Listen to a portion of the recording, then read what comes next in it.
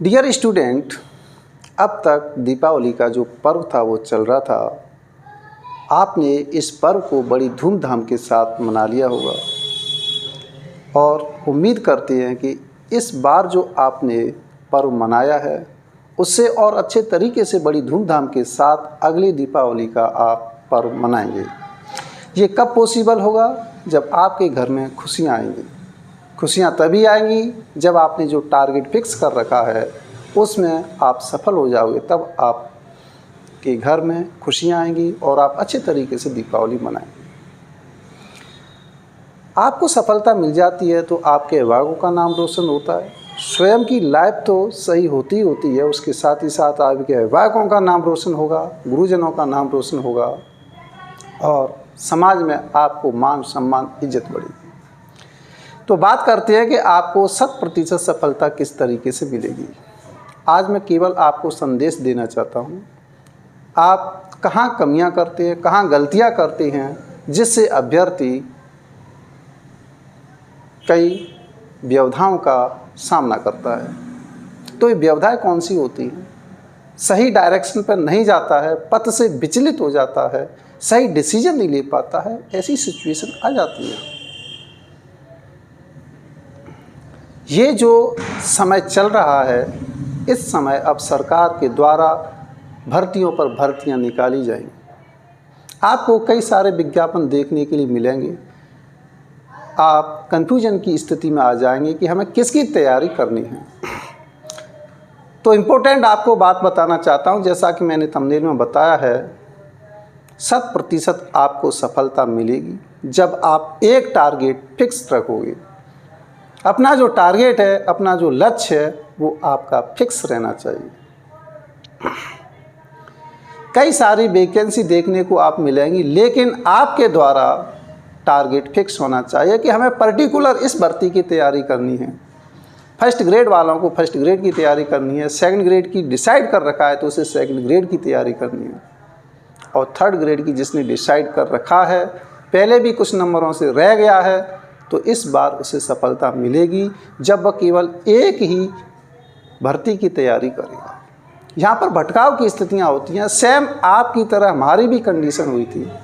मेरे भी समय में 4 वैकेंसी निकली हुई थी, फर्स्ट ग्रेड की, सेकंड ग्रेड की, थर्ड ग्रेड की, ईओ आरओ की भी वैकेंसी निकली हुई थी। तो उन स्थितियों से बचते हुए मैंने फर्स्ट ग्रेड को फर्स्ट अटेम्प्ट में ही क्लियर करके दिखा दिया। तो ये कब पॉसिबल होता है? जब आप गुड डिसीजन ले लेते हैं और कंटिन्यूअस निरंतरता बनाए रखते हैं। तो इसलिए पहली कंडीशन में आपको अपनी चॉइस फिक्स रखनी है कि हमें पर्टिकुलर इस वाली भर्ती की तैयारी करनी है। और सबसे बड़ा इम्पोर्टेंट बात आ जाती है धैर्य की, पेशेंस की। आपका जो पेशेंस है, धैर्य है, वो बनाए रखना है और निरंतरता भी आपको बनाए रखनी है। 2 इम्पोर्टेंट बीट है सफलता के लिए। इसके साथ ही साथ जो भी टीचर आपको पढ़ा रहे हैं, फर्स्ट ग्रेड की बात करते हैं तो उसमें डीपली नॉलेज चाहिए ही चाहिए, मैंडेटरी नेसेसरी है। क्योंकि उसमें जो क्वेश्चन पूछे जाते हैं, घुमा करके पूछे जाते हैं, कॉन्सेप्चुअल क्वेश्चन पूछे जाते हैं, फैक्ट के आधार पर बहुत कम आते हैं। उसमें छोटे एग्जाम होते हैं वो फैक्ट पर आधारित आ रहे हैं, लेकिन नॉलेज तो होनी चाहिए। पहले हम इस रीट की बात कर लेते हैं कि रीट की अगर आप तैयारी कर रहे हैं और जो अभ्यर्थी रीट को पहले से क्लियर कर चुके हैं उनकी भी बात करना चाहते हैं। जो ऑलरेडी पहले से क्लियर कर चुके हैं उनकी बात करते हैं सर्वप्रथम, तो उनको मेंस की ओर अब ध्यान देना चाहिए। सबसे पहले उनको सिलेबस को कंप्लीट करना चाहिए। अभी टाइम है, अच्छे तरीके से बिल्कुल डीपली नॉलेज के साथ आप उस कॉन्सेप्ट को क्लियर कर सकते हैं जो आप पर नहीं आता है। जो चीज़ नहीं आ रही है वही सिलेक्शन कराती है। ये जो कंपटीशन चल रहा है होशियारों का ही कंपटीशन होता है। होशियार हैं लेकिन भारी मात्रा में भी होशियार हैं। होशियारों का ही कंपटीशन है। थोड़े से वो चूक जाते हैं तो वो नीचे की ओर चले जाते हैं। जो वहाँ पर सावधानी बरतता है उसका सिलेक्शन हो जाता है। तो समझने का प्रयास करें जो मैं कहना चाह रहा हूँ। आपको अच्छे तरीके से पेपर सॉल्व करना है, कोई भी गलती नहीं करनी है। और सिलेबस आपका पूरे दिमाग में फीड होना चाहिए कि हमने क्या क्या पढ़ लिया है। कम्प्लीटली सिलेबस होना अत्यावश्यक है। समय के अभाव में जितना आप एफर्ट लगा सके उसे करने की कोशिश करें तो आप कर सकते हैं, लेकिन समय है आपके पास तो पूरे सिलेबस को कंप्लीट करने की कोशिश करें। लेकिन जो आप रीट की बात करते हैं, जो रीट का एग्ज़ाम दे, जिनका रीट क्वालिफाई नहीं है उन्हें तो रीट क्वालिफाई करना है। तो जो भी है उसमें फैक्चुअल सवाल हैं, 2 टाइप के सवाल चलते हैं, फैक्चुअल एंड कॉन्सेप्चुअल। रीट में इतना ज़्यादा टफ क्वेश्चन नहीं आता है, तो केवल फैक्ट के आधार पर जो सवाल आते हैं उस कोर्स को आप कंप्लीट कर लें। ज़्यादा डीपली पढ़ने की ज़रूरत नहीं है। फैक्चुअल के आधार पर आप अपने सिलेबस को कंप्लीट करें, आपका रीट इजी वे में निकल जाएगा। रीट निकलने के बाद में आप फिर अपना टारगेट फिक्स निर्धारित करना कि हमें मेंस की तैयारी किस तरीके से करनी है। पूरे सिलेबस को कंप्लीट करके ही चलना पड़ेगा आप, क्योंकि वहाँ कंपटीशन आपके लिए टफ हो जाएगा। तो पहले रीट, उसके बाद में मेंस की और चर्चा कर लेंगे। रीट वालों के लिए एक बात मैं और बताना चाहता हूँ। रीट के मैंने वीडियो अपलोड किए हैं मैथमेटिक्स वाले, आप उन्हें अच्छी तरीके से ध्यानपूर्वक पढ़ें। बिल्कुल एवरी कॉन्सेप्ट को इजी वे में समझाया गया है, बिल्कुल समझ में आएगा।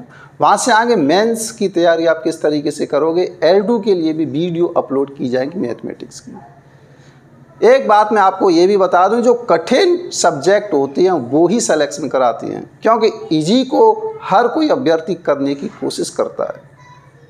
तो इजी टाइप के जो क्वेश्चन होते हैं हर कोई अभ्यर्थी करेगा, लेकिन कठिनों को कौन अटेम्प्ट करेगा? जिसकी एवरी कॉन्सेप्ट क्लियर होती हैं वही कठिन क्वेश्चनों को सॉल्व करेगा, कठिन सब्जेक्ट को वही छेड़ेगा, कठिन सब्जेक्ट से वही हाथ लगाएगा। तो इसलिए कठिन सब्जेक्ट की भी भूमिका होती है सिलेक्शन करवाने की। तो अभी आपके पास टाइम है, सफिशिएंट है। एवरी कॉन्सेप्ट को क्लियर करते हुए चलिए, आपको सफलता ज़रूर मिलेगी।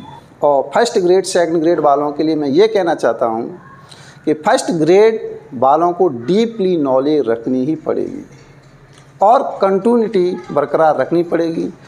कोई भी तीज त्यौहार फंक्शन वगैरह आ रहे हैं तो उन्हें अवॉइड करो, अभी छोड़िए उन्हें। सबसे पहले होता है अपना टारगेट। अगर टारगेट आपका फिक्स हो जाएगा, सफलता मिल जाएगी आपको, तब आपकी समाज वाले आपकी इज्जत करने लग जाएंगे। उस चीज़ को भूल जाएंगे कि हमारी शादी में नहीं आया था, ये इसमें नहीं आया था, उस चीज़ को भूल जाते हैं। वहाँ पर आपका मान सम्मान आपके पद से होगा, आपको वो पद प्राप्त हो जाएगा जिससे इज्जत बढ़ेगी, मान सम्मान बढ़ेगा। तो सेकंड ग्रेड और फर्स्ट ग्रेड वाले अच्छी तरीके से मेहनत करें। आप डीपली नॉलेज के साथ आप मेहनत करोगे तो आपको सफलता निश्चित ही मिलेगी। पहले से ही आपकी मेहनत चल रही है, उसे कंप्लीट करें, निश्चित रूप से आपको सफलता मिलेगी। तो अगेन दीपावली की हार्दिक शुभकामनाएं, और नए सिरे से अब आप मेहनत कीजिए तो आपको सफलता निश्चित मिलेगी। तो यहाँ पर मैंने आपको 2 चीज़ें बताई हैं। एक तो पेशेंस रखिए, धैर्य रखिए, और एक ही लक्ष्य को निर्धारित कीजिए। आपने जो लक्ष्य निर्धारित कर रखा है वो आपको ज़रूर मिलेगा। तो मिलते हैं नेक्स्ट वीडियो में। Thank you for watching.